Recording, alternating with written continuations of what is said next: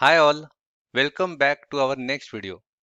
In previous video, we have seen different Kubernetes objects like pod, replica set, deployment, and to understand its concept, we also did enough hands-on on Kubernetes cluster. Today, we are going to discuss about the architecture behind these Kubernetes objects, that is Kubernetes architecture. So, let's begin. So, what is cluster in general? We know cloud providers provide us virtual servers, and these cloud providers call these virtual servers in different way. For example, Google call this virtual server as compute engine, Amazon call it like EC2, Elastic Compute Cloud, and Azure call it like virtual machines. So all these cloud providers call these virtual servers in different way. Similarly, Kubernetes also has its own name and Kubernetes call it like nodes. And combination of all such nodes or virtual servers called as cluster. In previous video, we have seen what is pod. It is basically an running instance of your application. And we saw there can be a number of pods deployed on a single node. Also, the multiple containers can installed on a single pod.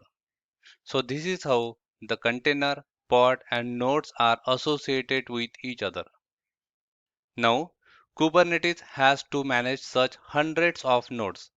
So it gives responsibility to certain nodes to make sure other nodes are always functioning as expected. And such nodes called as master nodes and the other nodes called as worker nodes or simply nodes. So what is Kubernetes cluster? A Kubernetes cluster is a set of node machines for running containerized application. If you are running a Kubernetes, you are running a cluster. So at a minimum, a cluster contains at least one worker node and one master node. The master node is responsible for maintaining the desired state of the cluster. For example, how many applications are running and which images these applications are using and so on. And worker nodes actually used to run the application on the cluster. In short, Kubernetes cluster has numbers of nodes. Few of them are master nodes who manage the cluster and the others are worker nodes where application runs. Now on the right side, you can see the master, there are different components in master and there are different components in worker node. Now let's try to explore all these components inside master and nodes one by one.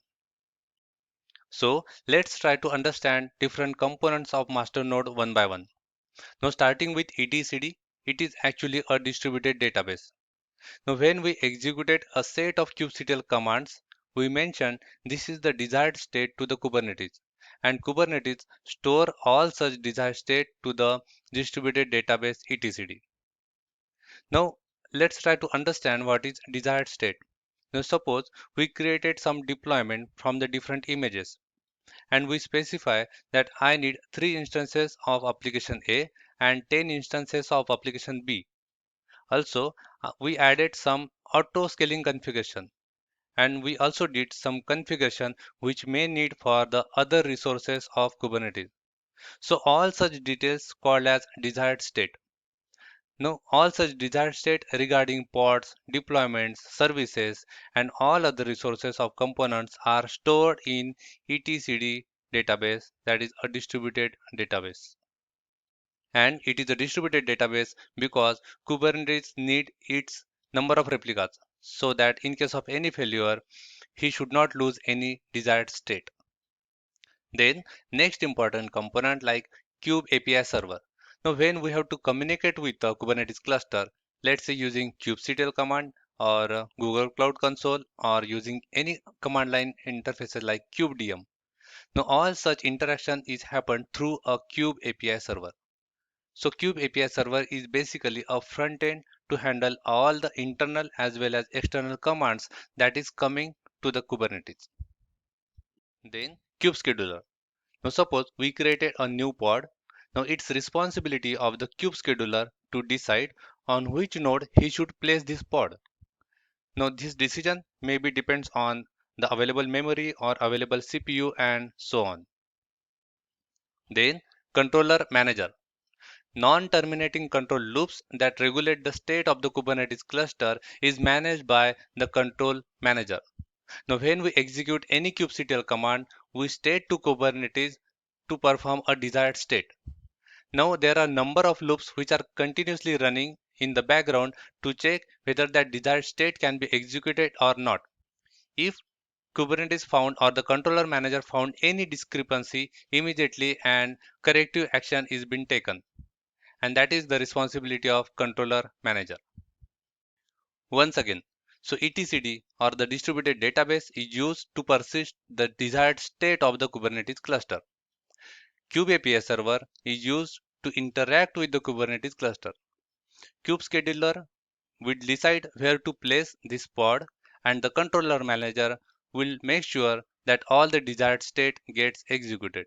So that was all about the main components of the master nodes. Okay, and then let's talk about the important components of worker node. The first one is the pod. Now we have already seen what is pod. Now it is basically an running instance of your application. Then kubelet, or it is also called as node agent. The main responsibility of node agent is to keep monitoring that particular node, and in case of any issue communicate back to the control manager of the master node so that master node can take the corrective action accordingly. Then a kube proxy or networking component. Now when we created our deployment and when we wanted to expose our deployment to the external world, we use the command like kubectl expose, right? But internally, it is the responsibility of kubeproxy to expose our application to the external world.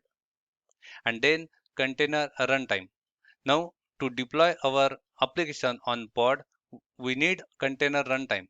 So the most popular is the Docker, but there can be another container as well who implements the OCI, that is Open Container Interface. And these are nothing but the important components of worker node. We can also check the status of the components which are running. So for that, just come to our Cloud Shell and connect to our cluster. And how to do that? Just copy this command. We have already seen this. Come back to our Cloud Shell, paste it, enter. Okay, now we are connected to our cluster. Let's type the command kubectl get component statuses.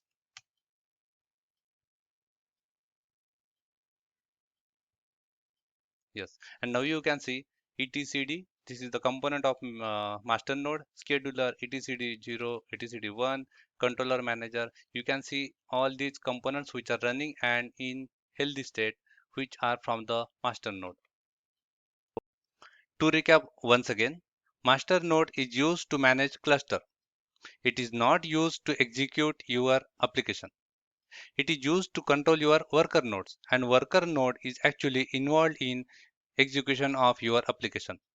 So if you deployed your application and your application is running, and in case any service of master goes down, still your application will keep on running. Obviously, you will not be able to make any changes after that or any configurational changes after that, but it will not stop your application. So that was all about the Kubernetes architecture. Thanks for watching this video. Please like and subscribe it. See you all in next video. Bye bye.